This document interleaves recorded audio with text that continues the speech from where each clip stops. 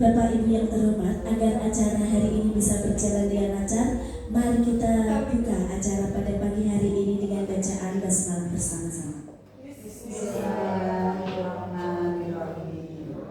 Acara selanjutnya yaitu sambutan dari Kepala SD Negeri Mororjo, Bapak Muhammad Sugiarto, SPD SD. Disilakan.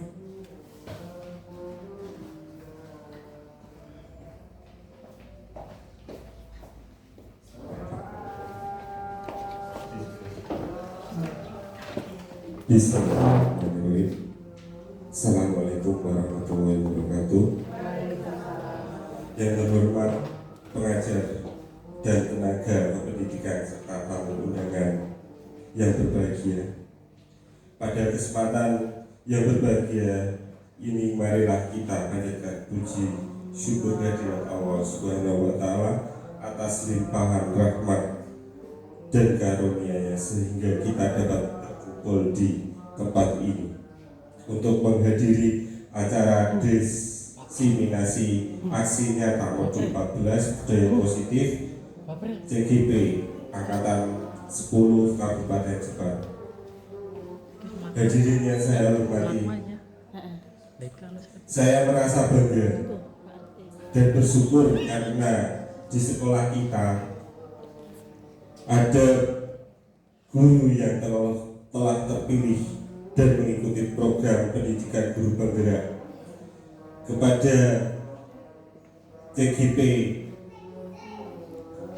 Endang Sulistiawati, saya ucapkan selamat dan semoga dapat mengikuti program ini dengan sebaik-baiknya. Dan selanjutnya para hadirin yang saya hormati, untuk mendukung kelancaran program ini, saya menyampaikan beberapa hal berikut.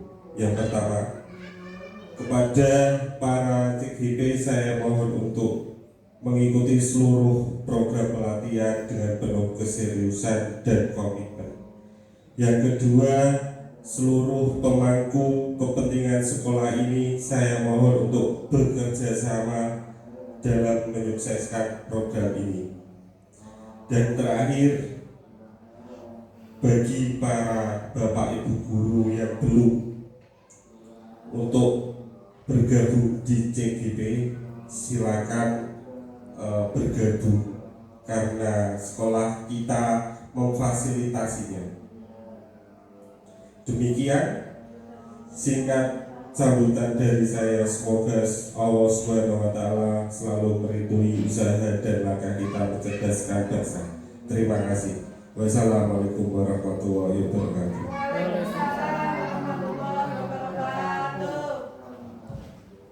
Terima kasih. Terima kasih Bapak atas sambutannya.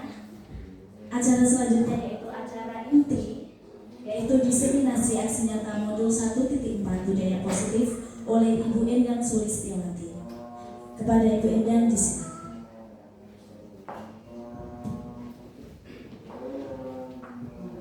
Terima kasih. Assalamualaikum warahmatullahi wabarakatuh. Yang terhormat Bapak Kepala Sekolah Bapak Muhammad Sugiarto SPD SD, yang saya hormati Bapak Ibu Dewan Guru yang saya banggakan. Pertama-tama marilah kita panjatkan puja dan puji syukur kehadirat Allah Subhanahu wa Ta'ala yang telah melimpahkan rahmat, hidayah serta inayahnya kepada kita semua, sehingga pada kesempatan ini kita diberikan nikmat maksimal dan juga nikmat kesehatan. Di kesempatan ini saya akan memaparkan mengenai diseminasi aksi nyata modul 1.4, yaitu budaya positif. Tujuan belajar: 1. Disiplin positif dan nilai-nilai kebajikan universal. Yang kedua, teori motivasi, hukuman dan penghargaan, restitusi. Yang ketiga, keyakinan kelas. Yang keempat, kebutuhan dasar manusia dan dunia berkualitas. Yang selanjutnya, restitusi 5, posisi kontrol, dan restitusi segitiga restitusi. Mengapa kita perlu belajar ini, yang pertama, guru membutuhkan pengetahuan dan keterampilan untuk menghamba kepada murid. Yang kedua, mendukung mereka belajar murid. Yang ketiga, guru membutuhkan pengetahuan dan keterampilan untuk menghamba pada murid. Yang keempat, mendukung merdeka belajar murid. Pertanyaan pematik. 1. Hukuman dapat mendisiplinkan anak.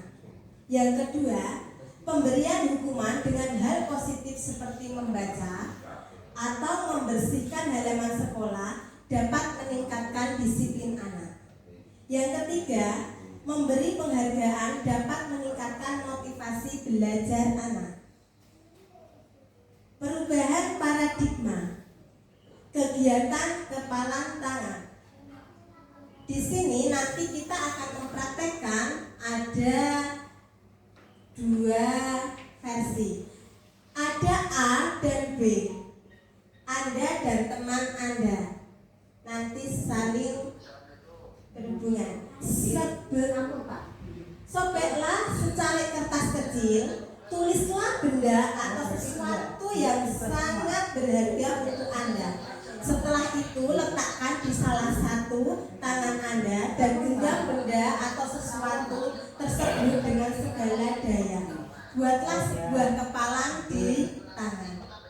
Teman Anda yang B akan mencoba sekuat tenaga dengan berbagai cara meminta teman Anda tadi tersebut untuk membujuk, mengancam, menghadik, merayu, menyuap dengan cara apa saja supaya genggaman tangan tadi terbuka. Sekarang kita akan mempraktekkan. Mohon Bapak Ibu maju depan, monggo. Dan yang satu, monggo Bapak. Ibu, niki. Sudah. Ibu nanti bertugas mengepalkan tangan dan Ibu bisa merayu bagaimana caranya supaya genggaman itu dilepas. Bagaimana caranya? Seperti Ibu merayu suami di rumah, bagaimana caranya? Seperti itu ya Bu. Dan Ibu bagaimana caranya? Ini adalah hal yang sangat berharga. Ini hal yang berharga untuk Ibu. Silakan.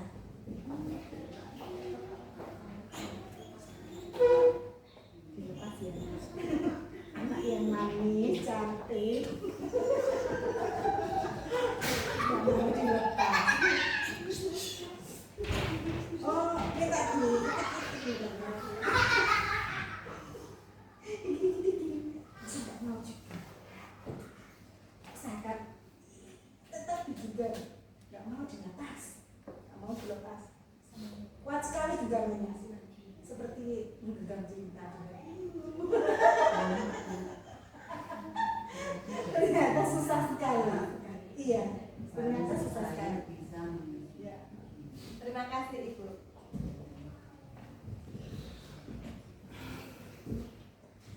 Sekarang saya mau bertanya, mengapa Ibu tadi kira-kira apa yang ada di genggaman Ibu ini? Ada apakah? Ada sesuatu apakah sampai dibujuk rayu tidak diberikan? Mungkin itu Bu, nanti ditransfer mungkin diberikan itu. Tadi belum ditransfer mungkin. Kira-kira apa Bu? Kenapa tidak diberikan? Ada sesuatu apakah? Karena itu adalah sesuatu yang penting menurut saya dan harus saya pertahankan. Terima kasih Ibu. Di sini bisa diibaratkan seperti murid kita. Ternyata posisi kontrol itu ada pada diri kita. Seperti murid juga tidak bisa dipaksa. Kita tidak sebagai guru tidak bisa memaksa anak untuk melakukan sesuatu. Ternyata posisi kontrol itu ada pada diri anak. ada universal perubahan paradigma. Monggo, Bu.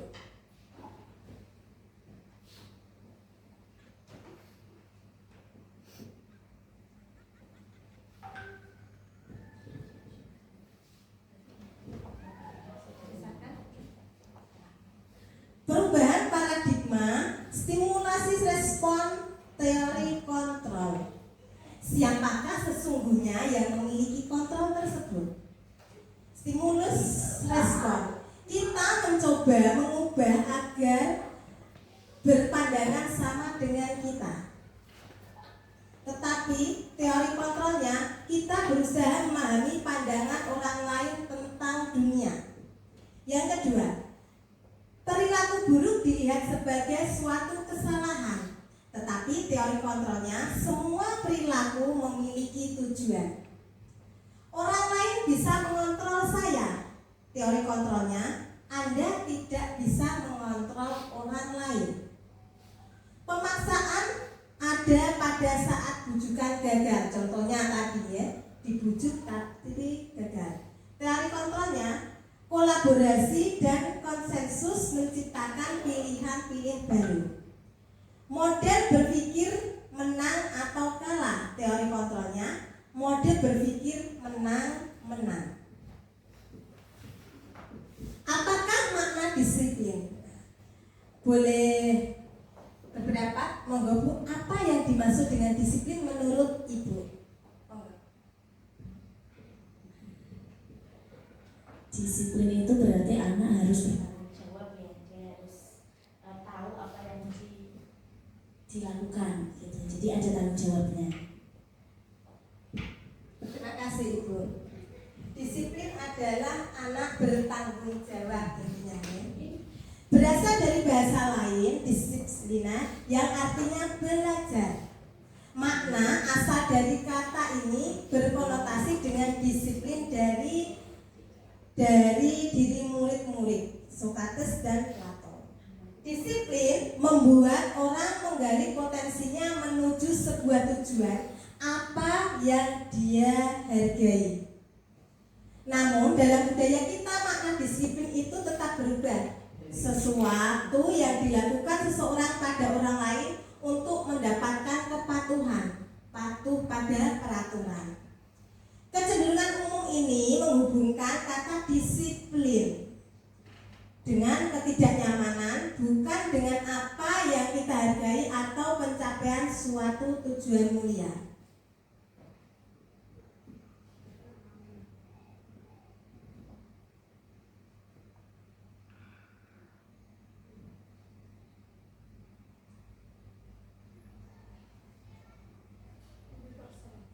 Universal. Nilai-nilai kebajikan adalah sifat-sifat positif manusia yang merupakan tujuan mulia yang ingin dicapai setiap individu. Nilai tersebut bersifat universal dan lintas bahasa, suku bangsa, agama maupun latar belakang. Nilai-nilai kebajikan yang ingin dicapai oleh setiap anak Indonesia kita kenal dengan profil pelajar Pancasila. Beriman, bertakwa kepada Tuhan Yang Maha Esa dan berakhlak mulia. Mandiri, bernalar kritis, berkebinekaan global, dan bergotong royong, juga kreatif. Teori motivasi perilaku manusia yang pertama, untuk menghindari ketidaknyamanan atau hukuman. Nah, hukuman ini otomatis tidak nyaman ya. Apa yang akan terjadi apabila saya tidak melakukannya? Nah, ini termasuk motivasi eksternal. Yang kedua, untuk mendapatkan imbalan dari orang lain. Nah, kita itu bisa seperti itu. Apa yang akan saya dapat apabila saya melakukan tersebut? Nah, saya mendapat apa ya kira-kira imbalannya? Seperti pada anak didik kita mendapatkan hadiah apabila melakukan sesuatu yang sangat menonjol. Yang ketiga, untuk menghargai diri sendiri. Saya akan menjadi orang yang seperti apa bila saya melakukannya. Itu dari internal. bagian dari disiplin positif. Keyakinan kelas, mengapa harus keyakinan kelas, bukan peraturan? Kira-kira ada yang bisa mengutarakan mengapa harus keyakinan kelas, tidak peraturan kelas? Siapa ya? Monggo Bunda. Kenapa harus keyakinan kelas, tidak peraturan? Ya, itu mungkin kalau yang dulu itu memang peraturan kelas, tetapi keyakinan kelas ini lebih menekankan kepada siswanya untuk nanti saling bertukar pikiran untuk istilahnya dia mempunyai pendapat yang berbeda, kemudian nanti akan kita sepakati sebagai keyakinan kelas gitu. Terima kasih Bunda, luar biasa sekali. Keyakinan kelas. Nah, keyakinan kelas ini bisa lebih halus, ya, tidak peraturan. Keyakinan kelas ini bersifat lebih abstrak daripada peraturan yang secara konkret. Keyakinan kelas ini berupa pertanyaan-pertanyaan universal.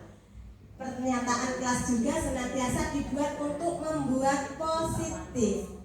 Sebelum melakukan kegiatan, biasanya kita membuat keyakinan kelas yang harus dipenuhi. Contoh seperti yang pertama, apa keyakinan kelas yang harus kita lakukan? Nah, pertama contohnya ada tidak boleh makan di dalam kelas saat pelajaran.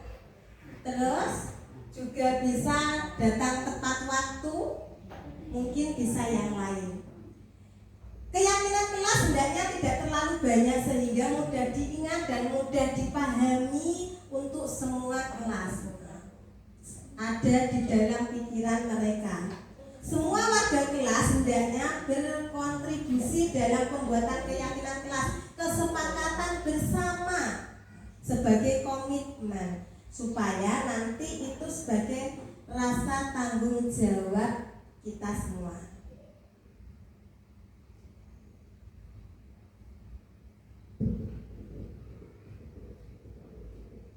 Contoh, gantilah kalimat-kalimat dalam bentuk negatif menjadi positif. Ini yang tadi ya.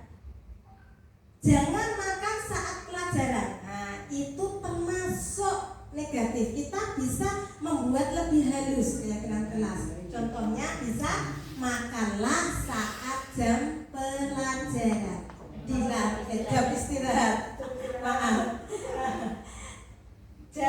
Jangan dilarang, itu hal yang negatif. Kita bisa membuat lebih halus, lebih positif. Contohnya bermain, bermain di dalam kelas, dilarang bermain di dalam kelas saat istirahat.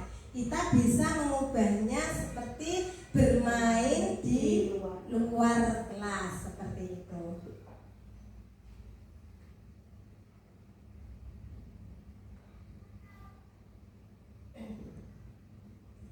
Keyakinan sekolah atau kelas ini tidak terlalu banyak, bisa sekitar 3 atau 7 sesuai keyakinan kelas masing-masing. Bila terlalu banyak bagaimana? Nah, akan sulit mengingatnya dan sulit untuk dijalankan.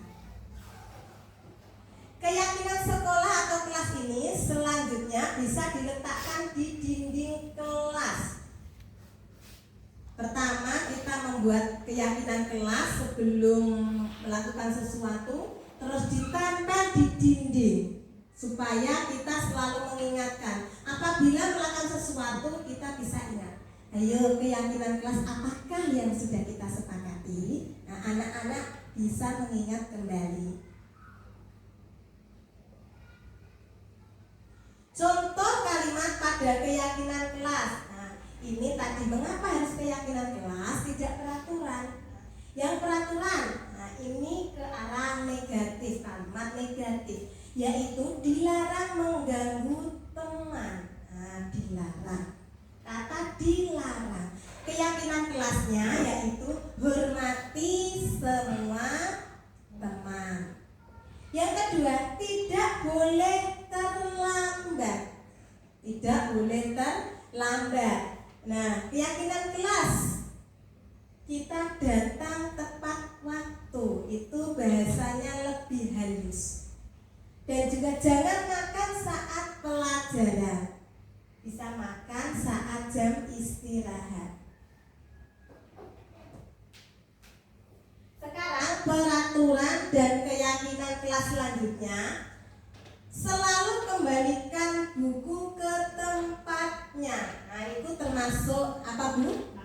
Tanggung jawab. Selanjutnya, dilarang mengganggu orang lain. Termasuk apa? Kuman. Peraturan atau Kuman. lainnya apa, Pak? Bapak. Termasuk apa? Dilarang mengganggu orang lain. Termasuk apa ini? Kuman. Keyakinan kelasnya apa? Menghormati orang lain. Menghormati orang lain. Hadir di sekolah 15 menit sebelum pembelajaran dimulai. Termasuk apakah keyakinan kelas kita? Menghormati orang lain sebagai komitmen. Dilarang melakukan kekerasan. Termasuk apa? Menghormati orang lain. Menghormati orang lain, betul sekali. Dilarang menggunakan narkoba. Termasuk apa? Kesehatan. Betul sekali, kesehatan, luar biasa. Bergantian atau menunggu giliran, antri, itu termasuk apa? Menghormati orang lain, karena tadi mau antri ya. Gunakan masker, termasuk apa? Kesehatan, juga keselamatan. Jangan berlari di kelas. Keselamatan ya. Terima kasih. Selanjutnya, nah ini contoh-contoh keyakinan kelas yang disepakati bersama. Selanjutnya Muslim. Sekarang kita speaking dulu. Dimohon berdiri semua. Nanti kita berurutan dari posisi ini ya. 1, 2, 3. Pokoknya kelipatan 3 bilangnya apa?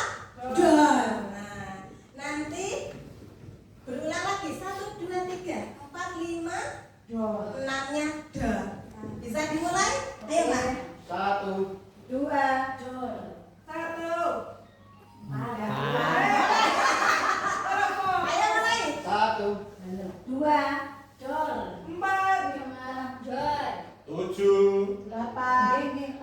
9. Seharusnya apa? Dor. Bisa mulai sekali lagi dari Ya, belakang. Ayo. bisa. 1. 2, Jor. 5,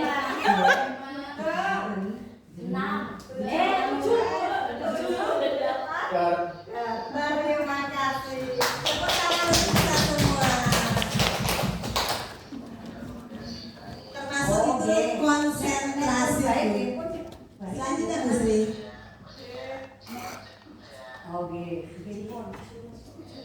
Anu nek sing nopo sing nek di atas sepeda Pak Wati. Nek sing di atas pulau itu pengaruh apa? Perbedaan hukuman dan konsekuensi. Nah, ini kita bisa membedakan mana yang hukuman dan mana yang konsekuensi. Ya. Hukuman sesuatu yang menyakitkan harus terjadi.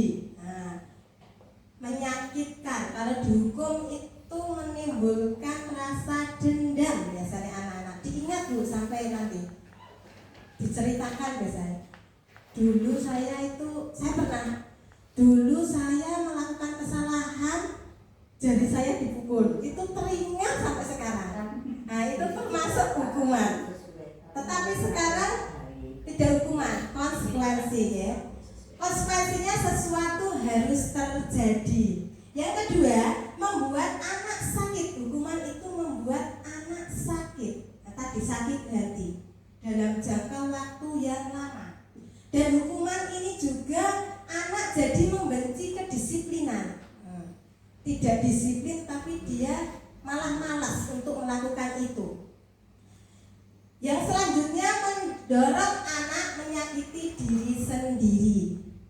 Konsep diri yang buruk, anak belajar untuk menyembunyikan kesalahan. Karena apa dia sembunyikan? Dia takut mendapatkan hukuman. Nanti kalau ketahuan ini, jadinya dia melakukan kesalahan-kesalahan ditutupi dan terus kesalahan terus. Marah, rasa bersalah, dipermalukan, merasa juga tak dihargai. Terutama kalau memberikan hukuman ini di depan orang banyak. Nah, kita kan tidak fisik juga, perkataan juga termasuk ya Bu. Termasuk hukuman apa menyakitkan seperti itu. Terus konsekuensi ini sesuatu yang harus terjadi. Yang kedua, membuat anak merasa tidak nyaman dalam jangka waktu yang pendek. Yang ketiga, anak menghargai disiplin. Karena apa? Konsekuensi ini sudah sesuatu yang kita kesepakati bersama seperti itu. Terus stimulus tanggapan dan juga mendorong anak agar mudah menyesuaikan diri. Konsep diri yang baik, anak belajar untuk mematuhi peraturan. Ini kesepakatan bersama, maka kita harus taati bersama. Dan kehilangan hak dibuat tidak nyaman, diasingkan untuk sementara. Nah, selanjutnya Bu.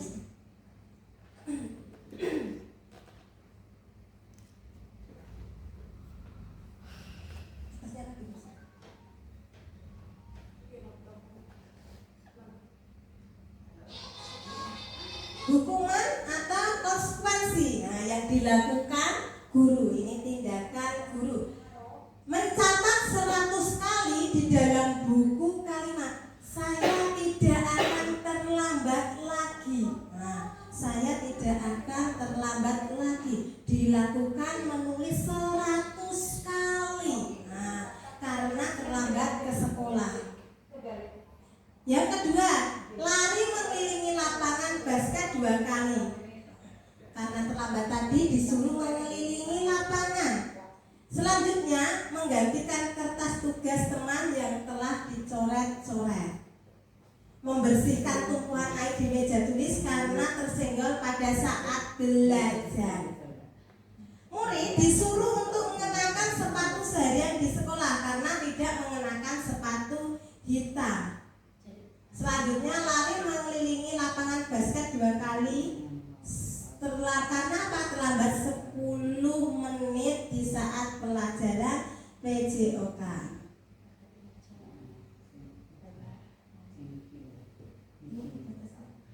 Coba ini termasuk hukuman atau konsekuensi.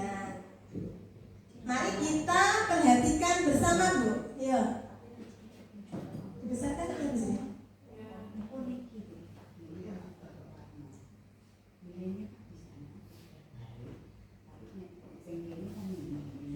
Mencatat 100 kali dalam buku itu termasuk apa? Hukuman atau konsekuensi? Hukuman. Terus lari mengelilingi lapangan basket tadi 2 kali karena terlambat, masa apa? Hukuman. Murid diminta untuk push up 15 kali oleh gurunya, masa apa? Hukuman. Menggantikan kertas teman tadi yang dicoret-coret termasuk apa? Konsekuensi. Membersihkan tumpahan air di atas meja karena tertumpahan termasuk apa Bu? Konsekuensi. Murid disuruh untuk mengenakan sepatu seharian di sekolah. Nah, karena tidak memakai sepatu hitam termasuk apa Bu? Hukuman.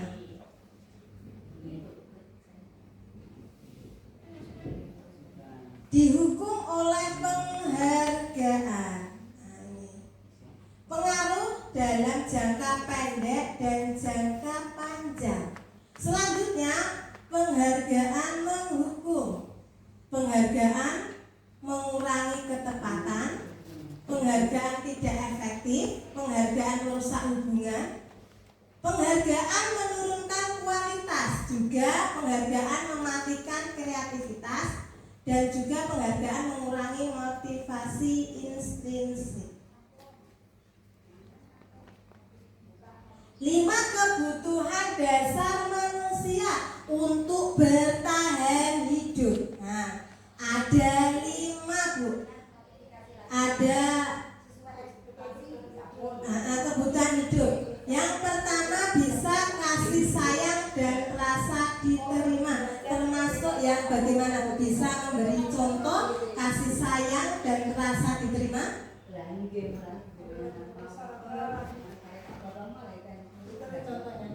Contohnya kita bisa diterima dengan baik di dalam masyarakat maupun di lingkungan sekolah kita.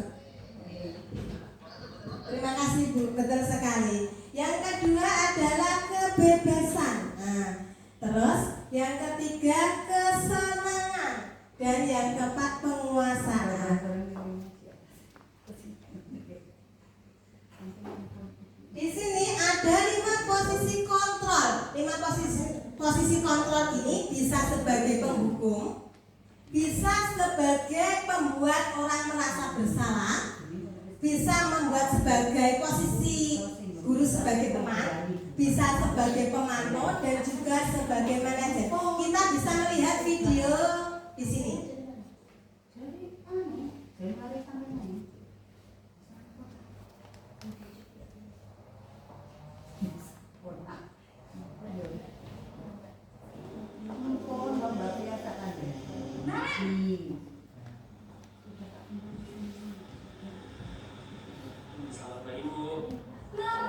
Naren, kamu kenapa terlambat lagi, nak?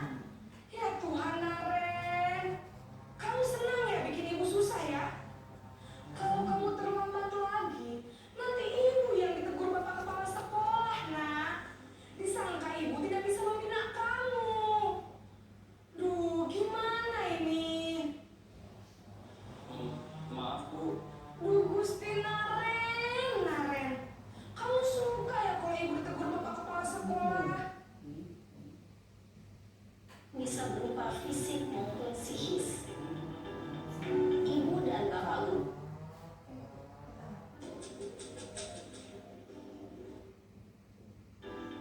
Ibu dan bapak guru hebat.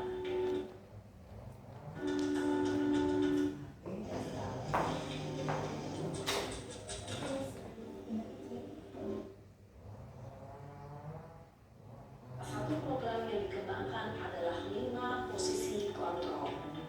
5 posisi kontrol dalam restitusi adalah proses perjalanan seorang pendidik agar dapat mengenali dirinya.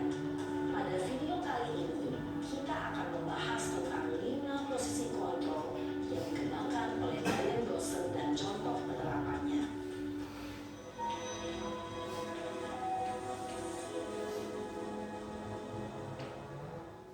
Lima posisi kontrol itu adalah 1. Posisi penghukum, 2.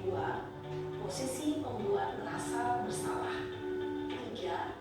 Posisi teman, 4. Posisi pemantau atau monitor, dan 5. Posisi manajer. Untuk lebih memahami kelima posisi tersebut, mari kita saksikan kasus Naren yang terlambat hadir 20 menit di sekolah dan melihat bagaimana kelima posisi kontrol dalam menghadapi masalah tersebut.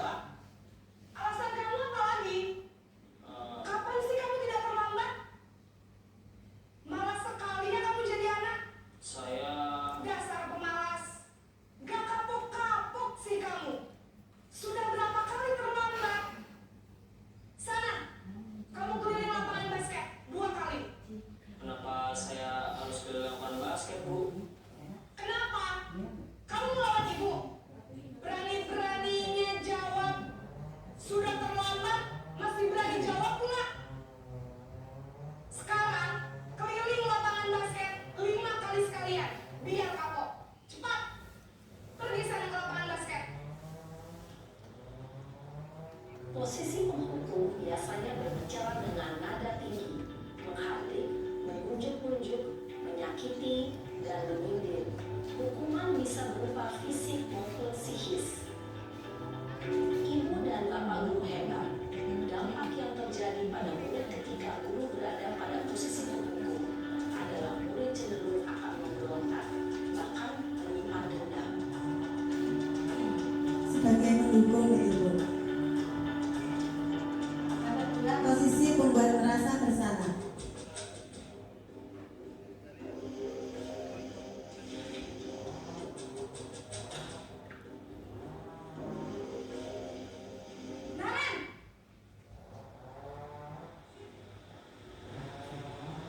Selamat pagi, Bu.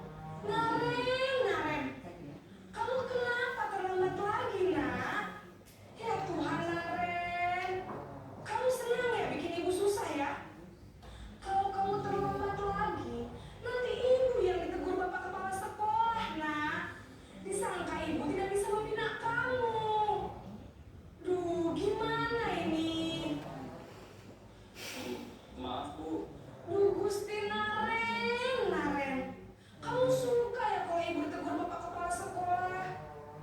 Terus, sekarang ibu harus tulis apa ini di buku absen? Ini kamu sudah sering terlambat loh. Ibu harus apa coba? Maaf, Bu. Maaf sekali. Ya sudah, lain kali jangan bikin ibu susah lagi ya, nak ya. Ibu tidak akan kuat lagi kalau kamu begini terus. Bisa jantungan kalau ibu tegur bapak kepala sekolah. Sana cepat ke kelas. Maaf ya, Bu. Maaf sekali. Ini biasanya cocok di kelas berapa Bu ini? Posisi pembuat Ada seperti ini. berbicara dengan nada tenang, Kelas kata-kata yang diutarakan membuat murid merasa menjadi orang yang gagal, memandang buruk dirinya sendiri, merasa tidak berharga, dan tidak sanggup membahagiakan orang lain. Ketika guru mengambil posisi pembuat rasa bersalah, murid akan menganggap dirinya yang bersalah dan ia akan menyimpan emosi negatif tersebut di dalam dirinya.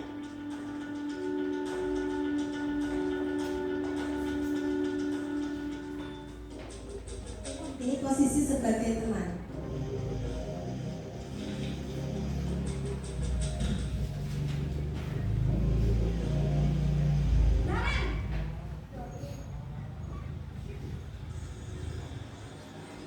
Selamat pagi, Bu. Wah, sudah jam berapa ini, nak? Ini cocok di kelas 1 biasanya Bu. Teman Iya, Ibu. Bu. Mulai. Saya rumah bangga saya, Bu. Kamu malah menyalahkan ibu kamu. Kamu bukannya anak yang larinya paling kencang. Kok terlambat sih? Iya, Bu. Saya memang terlambat bangun tadi. Jadi, biarpun saya lari kencang, tetap nggak kejar, Bu. Ya sudah sana. Nanti lain kali larinya lebih kencang lagi ya. Biar gak terlambat lagi. Bikin seneng ibu. Demi ibu. Bisa kan? Bisa lah, Bu. Ya sudah sana masuk kelas. Ibu beresin urusan absen kamu. Kamu ini ada-ada saja. Sebagai teman Bu. Jadi, meluapkan Cenderung bersenda gembul, menjaga suasana tetap santai. Murid akan merasa senang, aman, dan akan dengan mudah. Identitas yang tercipta adalah identitas sukses atau berhasil. anak muda. Ingat, karena ini masih dorongan eksternal, maka ada faktor ketergantungan kepada orang tertentu. Di sini guru absennya. Pakai pusing garap tugas kuliah. Namun hanya kepada orang-orang tertentu saja. Dan ini sebagai memantau atau monitor.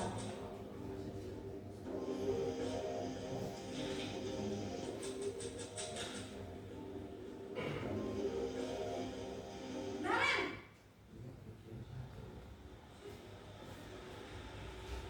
Selamat pagi, Bu. Naren, apa peraturan sekolah kita tentang jam berapa kita harus masuk sekolah, nak? Kita harus di sekolah jam 7, Bu. Iya betul, sekarang sudah jam 7.20. Naren sudah tahu konsekuensinya jika terlambat hadir. Paham, Bu. Saya harus tinggal kelas pas jam istirahat selama 20 menit. Iya benar, konsekuensinya demikian. Jadi nanti jam 9.30 pas istirahat, kamu harus tinggal di kelas, kerjakan tugas tambahan untuk ketertinggalan kamu, ya? Baik, Bu. Posisi pemantau mengandalkan penghitungan atau data untuk mengontrol murid. Guru mengarahkan murid berdasarkan peraturan dan konsekuensi.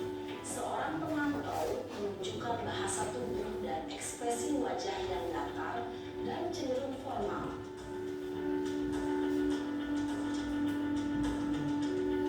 Yang ini posisi manajer.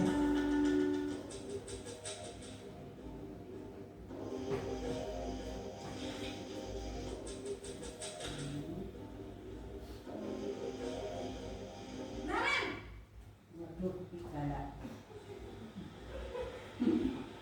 Selamat pagi, Bu.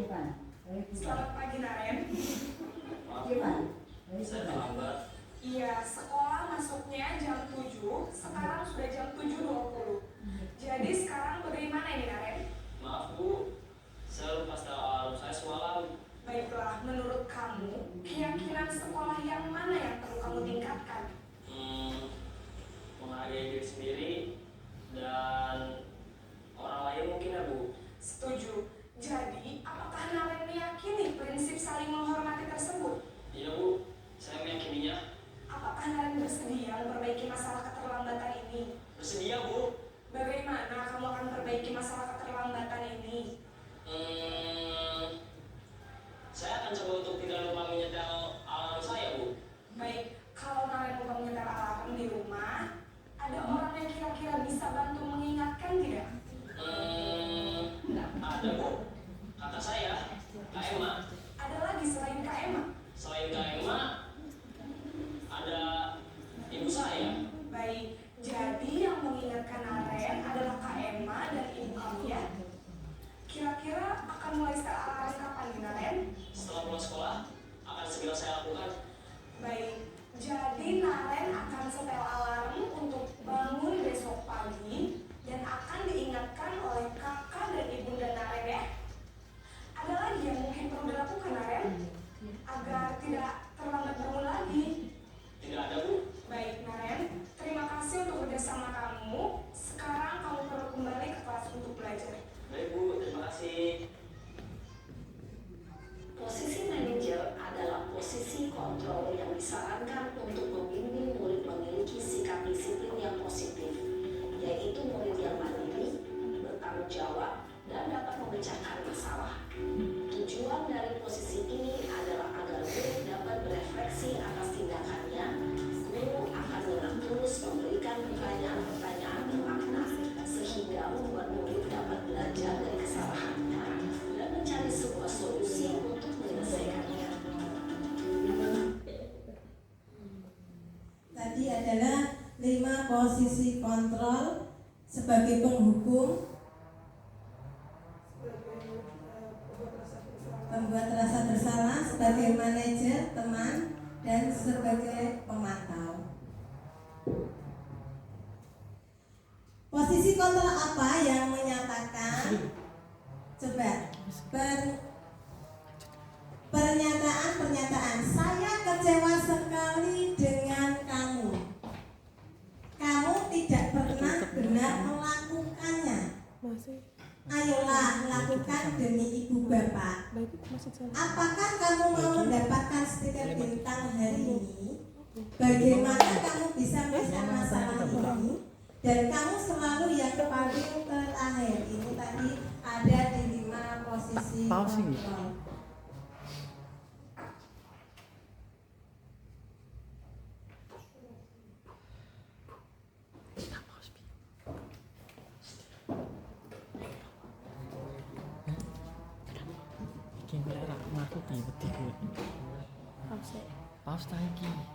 Segitiga restitusi. Kita sudah tidak asing lagi ya Bu mengenai segitiga restitusi. Apa yang dimaksud dengan restitusi? restitusi itu. Bisa mengutarakan? Enggak?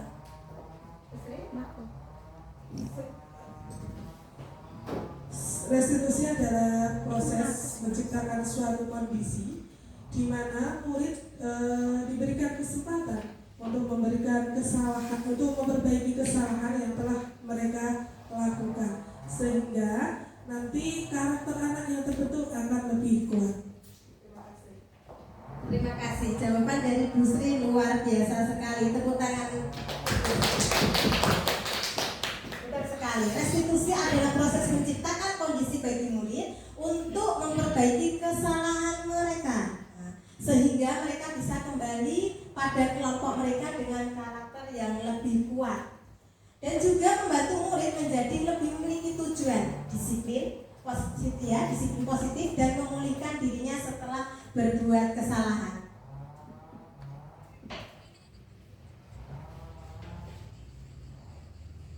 Selanjutnya,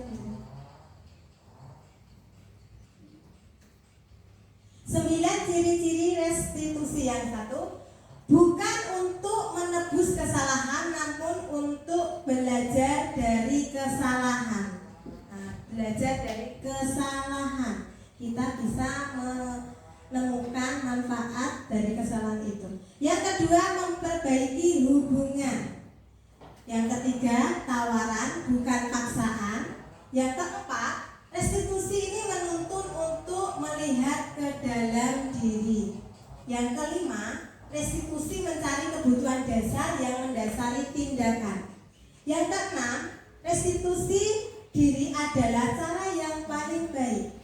Yang ketujuh, restitusi fokus pada karakter bukan tindakan dan fokus pada solusi. Yang kesembilan, mengembalikan murid yang berbuat salah pada kelompoknya. Segitiga restitusi ini yang pertama adalah menstabilkan identitas. Yang menstabilkan identitas ini yang pertama, kamu bukan satu-satunya yang pernah melakukan ini. Yang kedua, setiap orang pasti pernah melakukan kesalahan.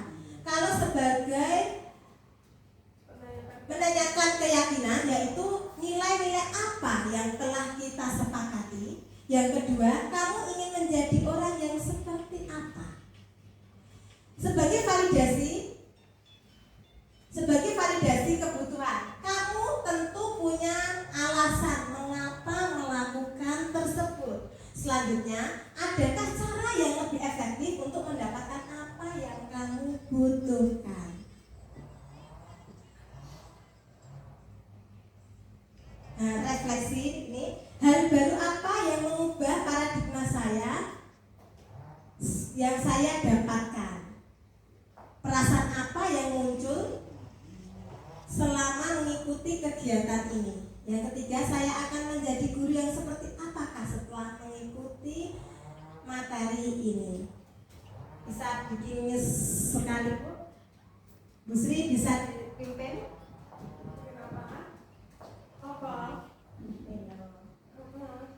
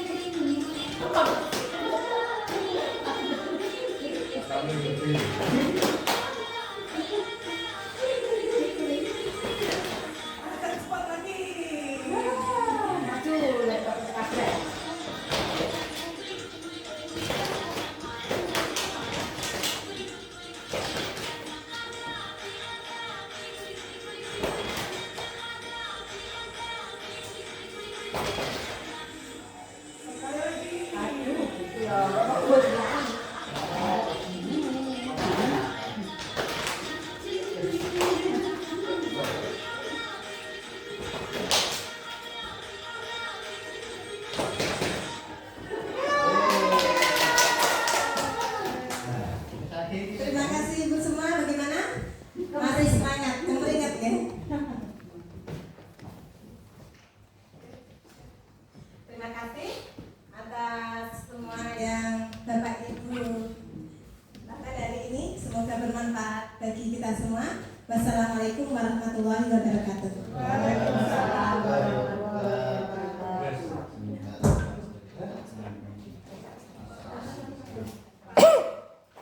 Terima kasih atas diseminasi hasil budaya positifnya dari Ibu Inem, itu sangat bermanfaat bagi kita semua. Semoga kita nanti bisa mengimplementasikannya di kelas kita masing-masing. Bapak Ibu yang terhormat, acara demi acara telah kita lalui bersama. Kita sudah tiba di penghujung acara. Marilah kita tutup acara pada pagi hari ini dengan bacaan hamdalah bersama-sama. Wabillahi taufiq wal hidayah. Wassalamualaikum warahmatullahi wabarakatuh.